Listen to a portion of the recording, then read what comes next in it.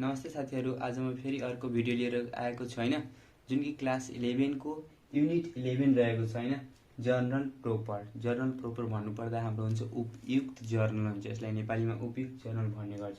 उपयुक्त जर्नल भन्दाखेरि हाम्रो के हुन्छ कि सहायक पुस्तिका र विशेष पुस्तिका यसलाई मान्ने गरिन्छ हैन। यसको कहीँ पाँचवटा के हुन्छ प्रकारहरू हुन्छ हैन। अनि यो खास गरेर 3 मार्कमा मात्र हामीहरुको सोध्ने गर्छ। 3 मार्कमा मात्र सोध्ने गर्छ।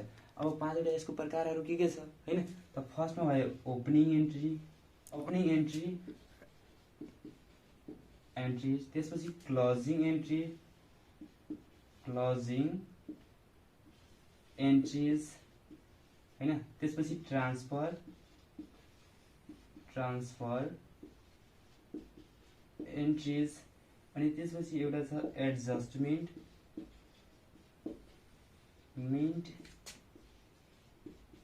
एन्ट्री, अनि हाम्रो लास्ट पोइन्ट जुन रहेको छ entries for credit purchase and credit sales of fixed asset.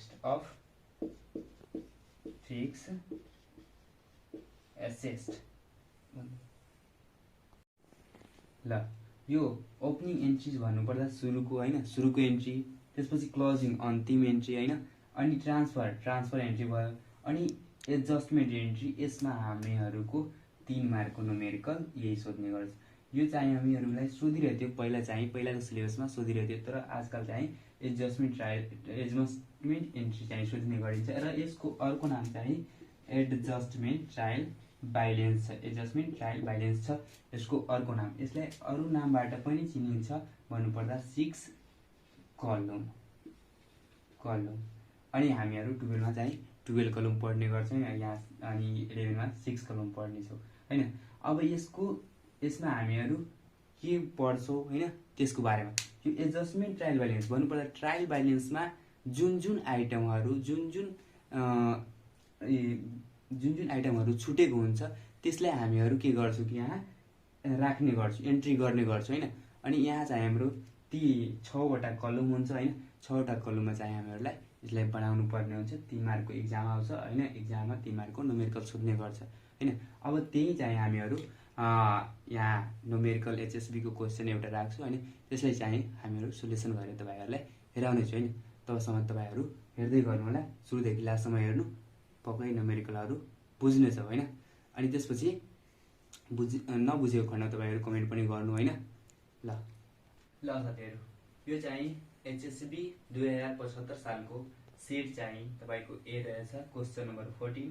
यहाँ भनिरहेछ unadjusted trial balance of the firm is given below. अनि यहाँ चाहिँ यो क्वेशन रहेछ हैन, यो ट्रायल ब्यालेन्स छ, अनएडजस्टमेन्ट ट्रायल ब्यालेन्स छ। यसले हामीहरुलाई एडजस्टमेन्ट ट्रायल ब्यालेन्स यहाँ रिक्वायर्डमा हामीहरुलाई बनाउनु छ हैन। यो क्वेशनहरु भयो क्यापिटल क्रेडिट हैन, सेल्स क्रेडिट, लोन क्रेडिट, त्यसपछि purchase debit, machinery debit, debtor debit, rent debit हैन, त्यसपछि वेजेस डेबिट हैन, त्यसपछि तपाईको अदर इन्कम क्रेडिट हैन, त्यसपछि कमिसन डेबिट हैन। त्यसपछि अब तल चाहिँ एडिशनल इन्फर्मेसनमा हाम्रो 2 वटा दिएछ। रेन्ट ड्यू हैन, रेन्ट ड्यू चाहिँ तपाईको दिएछ 4000, अनि डिप्रिसिएसन अन मेसिनरी 10%। यहाँ दिएको हुन्छ 2-3 वटा 4 वटा चाहिँ तपाईको एडिशनल इन्फर्मेसन दिइरहेछ, जुन चाहिँ तपाईहरुलाई यहाँ हामीहरुलाई फर्मेट बनाउँदाखेरि चाहिँ त्यसमा एड गर्नुपर्छ, सामेल गर्नुपर्छ हैन, समावेश गर्नुपर्छ। अब यो त फर्मेट छैन, यो मात्र हाम्रो यो क्वेशन छैन। अब म चाहिँ के गरिरहेको छु, फर्मेट बनाइरहेछु हैन। फर्मेट बनाइरहेछु, यसमा यो डाटाहरु कसरी त्यसमा एन्ट्री गर्ने त्यो सबै तपाईहरुलाई म हेराउने छु हैन। तपाईहरु हेर्दै गर्नु होला हैन, अनि राम्रो लाग्छ भने लाइक पनि गर्दै गर्नु हैन। ल साथीहरु, यो चाहिँ एडजस्टमेन्ट ट्रायल ब्यालेन्सको फर्मेट रहेको छ। 6 वटा कलम 1 2 3 4 5 6, यसले त्यही कारणले यसलाई 6 कलम पनि भनिन्छ हैन। अनि चाहिँ हामीहरु 2075 को सेट ए हैन, ओल्ड रिजल्ट छ भने त्यहाँबाट पनि तपाईहरु हेरिहाल्नु हैन। अनि अब चाहिँ यो क्वेशनलाई हामीहरु यहाँ कसरी पुट गर्ने त्यो कुरा। अब त हाम्रो क्वेशनमा अनएडजस्टमेन्ट ट्रायल ब्यालेन्स त दिएको थियो हैन, यहाँ आइटमहरू दिएको थियो होइन, र यहाँ चाहिँ क्वेसनको यहाँ एमाउन्टहरू चाहिँ डिआर छ भने डिआर, सिआर छ भने सिआर दिएको थियो। त्यो जसरी हाम्रो क्वेसन हुन्छ त्यसरी नै यहाँ के गर्नु, सार्दिनु होइन, सार्दिनु। अनि त्यसपछि चाहिँ हामीहरू एडजस्टमेन्ट जुन एडिसनलमा दिएको थियो त्यसलाई यहाँ हामीहरू गर्छौँ होइन। त्यसपछि लास्टमा हामीहरू यसलाई गर्ने गर्छौँ होइन। अब हेर्दै गर्नु तपाईँहरू, म यहाँबाट गरिरहेको छु होइन। फर्स्टमा हाम्रो छ क्यापिटल। क्यापिटल क्यापिटल भन्नुपर्दा हाम्रो के हुन्छ, क्रेडिटमा यहाँ दिएछ भने क्रेडिटमा हाम्रो बुकमा जहाँ दिएको हुन्छ त्यहीँ राख्नु। अनएडजस्टमेन्ट भन्नुपर्दा त्यही हुन्छ। अनएडजस्टमेन्ट हाम्रो बुकमा दिएको हुन्छ, क्वेसनमा दिएको हुन्छ, र एडजस्टमेन्ट र अनएडजस्टमेन्ट एडजस्टमेन्ट ट्रायल ब्यालेन्स हामीहरूलाई निकाल्नु पर्छ, खास गरेर यो एडजस्टमेन्ट ट्रायल ब्यालेन्स। त्यसपछि हाम्रो सेल्स छ। सेल्स भनेको पनि के हुन्छ यहाँ होइन, क्रेडिट। त्यसपछि हाम्रो छ लोन। लोन भनेको पनि हाम्रो लायबिलिटिज छ, त्यो कारणले यहाँ हाम्रो। त्यसपछि पर्चेज। पर्चेज भयो हाम्रो डेबिट होइन, 3 लाख। त्यसपछि मेसिनरी। मेसिनरी एसेट चाहिए होइन, एसेट 4,20,000। त्यसपछि डेब्टर। डेब्टर भयो होइन। अब डेब्टरलाई हामी डेबिट भयो, किनभने हाम्रो एसेट छ त्यो कारणले। त्यसपछि रेन्ट। रेन्ट कति छ हाम्रो 40,000, यो पनि डेबिट। त्यसपछि वेजेस। त्यसपछि वेजेस कति रहेछ तपाईँको 20,000।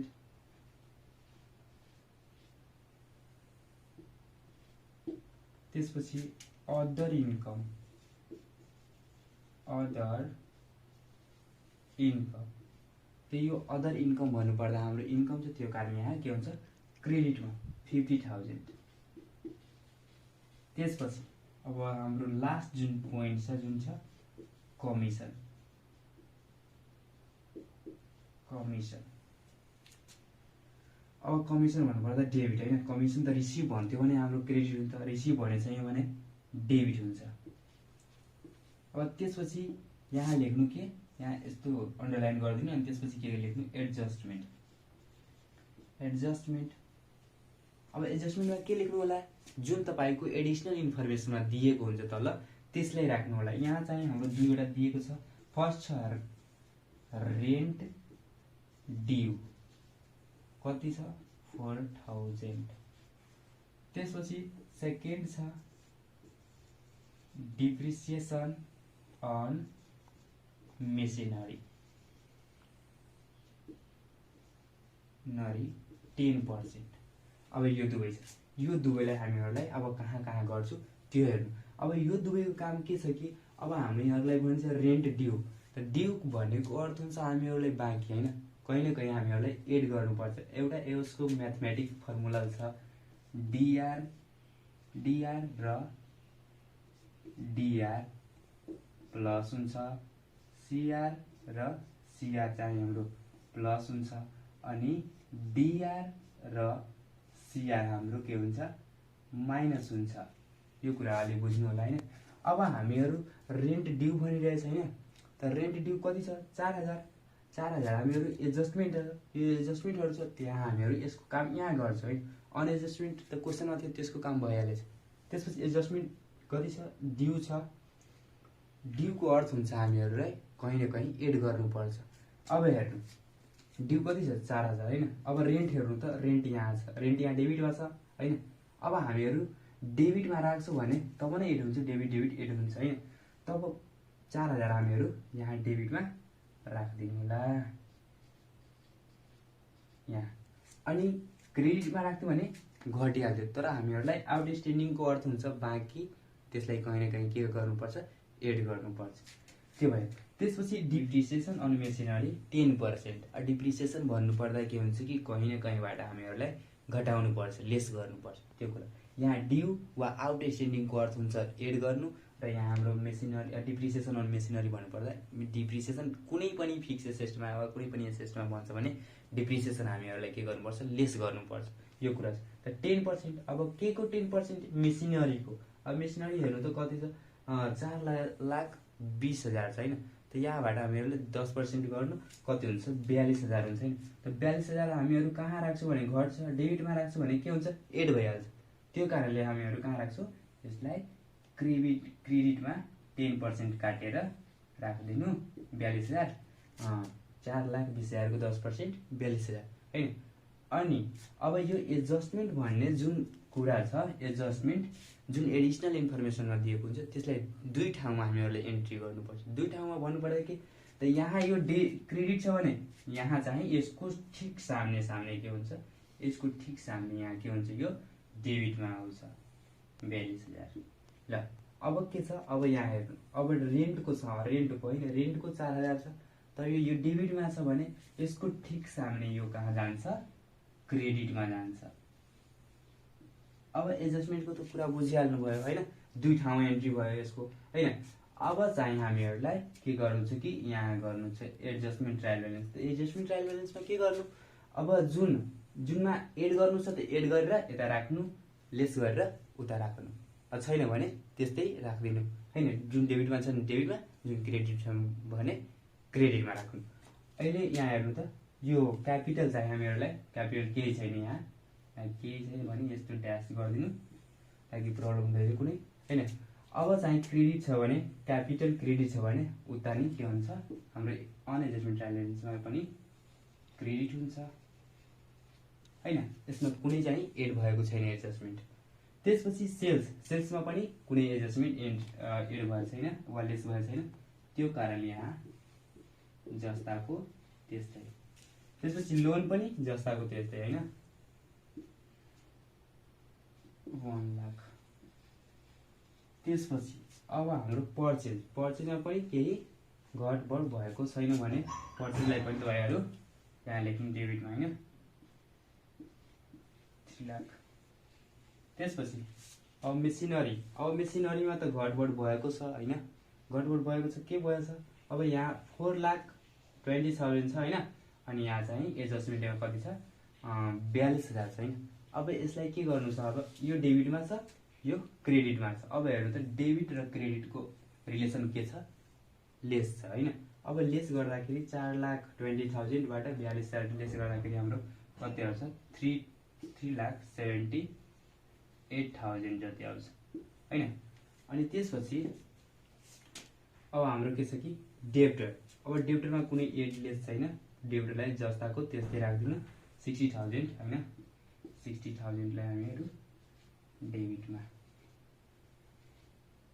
त्यसपछि अब बाँकी के छ रेन्ट कति रहेछ 40,000 हैन। अब रेन्टलाई 40,000 राख्दिनु जस्ताको त्यस्तै डेबिट छ भने उता सरी रेन्टमा त छ नि रेन्टमा यहाँ 4,000 एड छ हैन।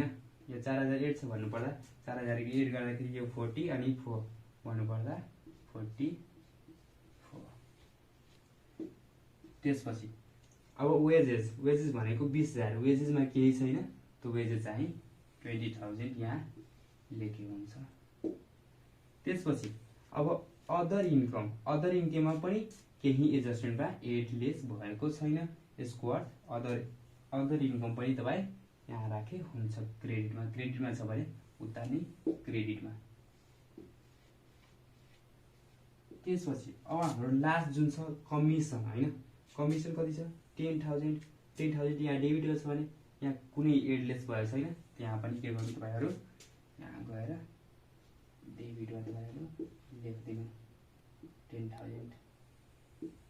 ल अब चाहिँ यो एडजस्टमेन्टको हैन एडजस्टमेन्टको अब उता लाग्नु हैन एडजस्टमेन्ट 4,000 क्रेडिट छ भने क्रेडिटमा उता 4,000 एडजस्टमेन्ट ट्रायल ब्यालेन्समा हैन। अनि त्यसपछि डिप्रिसिएसन कहाँ छ डेबिटमा छ भने यता के हुन्छ कि डेबिटमा भयो। अब बल्ल चाहिँ यसलाई अब इक्वल गर्नु सबैले हैन। यो त बुकमा दिएको छैन बुकमा कति दिएको छ 8,50,000 यो पनि 8,50,000 हुन्छ हैन। अनि त्यसपछि के गर्नु, अब यसलाई एडजस्टमेन्टलाई पनि के गर्नुपर्छ, हामीहरूलाई इक्वल त पार्नुपर्छ हैन। अब इक्वल पार्नको लागि बराबर हेर्नुपर्छ। अनि 42,000 अनि 4,000 46,000 46,000 यो पनि 4 यो पनि 42 गर्नुपर्दा 46,000 हैन 46,000। त्यसपछि कुरा बच्यो अब हाम्रो एडजस्टमेन्ट ट्रायल ब्यालेन्सको जुन हामीहरूलाई निकाल्नु छ हैन, यसलाई अब हामीहरू क्याल्कुलेसन गर्दाखेरि अलि मिस्टेक नगर्नु होला, क्याल्कुलेसन अलि गर्नु। अनि त्यसपछि चाहिँ हामीहरूलाई के गर्नु छ, निकाल्नु छ हैन। फर्स्टमा छ 2,05,7,8 हैन 854 हैन 854 भयो हाम्रो, भन्नुपर्दा 8,54,000 8,54,000। अब यो पनि उत्तिकै होला 3 हैन 36 हैन 60 हैन यतिकै छ 854,000। अब चाहिँ हाम्रो यो 3 मार्क पाइहाल्छौँ हैन। अब यस्तै गर्नु छ, एकदम इजी छ, मात्रै एडजस्टमेन्ट गर्नु अनि त्यसपछि तपाईँ जहाँ एड गर्नु छ एड गर्नु, लेस गरेर एडजस्टमेन्ट ट्रायल ब्यालेन्समा राखिदिनु अनि तपाईँको एडजस्टमेन्ट ट्रायल ब्यालेन्स भइहाल्छ हैन। इक्वल भइहाल्यो, मान्नु कि यो इक्वल भइहाल्यो भने बुझ्नु के हो, हाम्रो ठिक छ, इक्वल भएन भने रङ छ हैन। अनि तपाईँहरू बुझेको मलाई आशा छ तपाईँहरू बुझिसक्नु भएको होला है। नबुझेको खण्ड तपाईँहरू के गर्नु, कमेन्ट गर्नु हैन, कहाँ बुझ्नु सक्नु भएन हैन, त्यसलाई फेरि अपग्रेड गरेर तपाईँहरूलाई हेराउने छु हैन।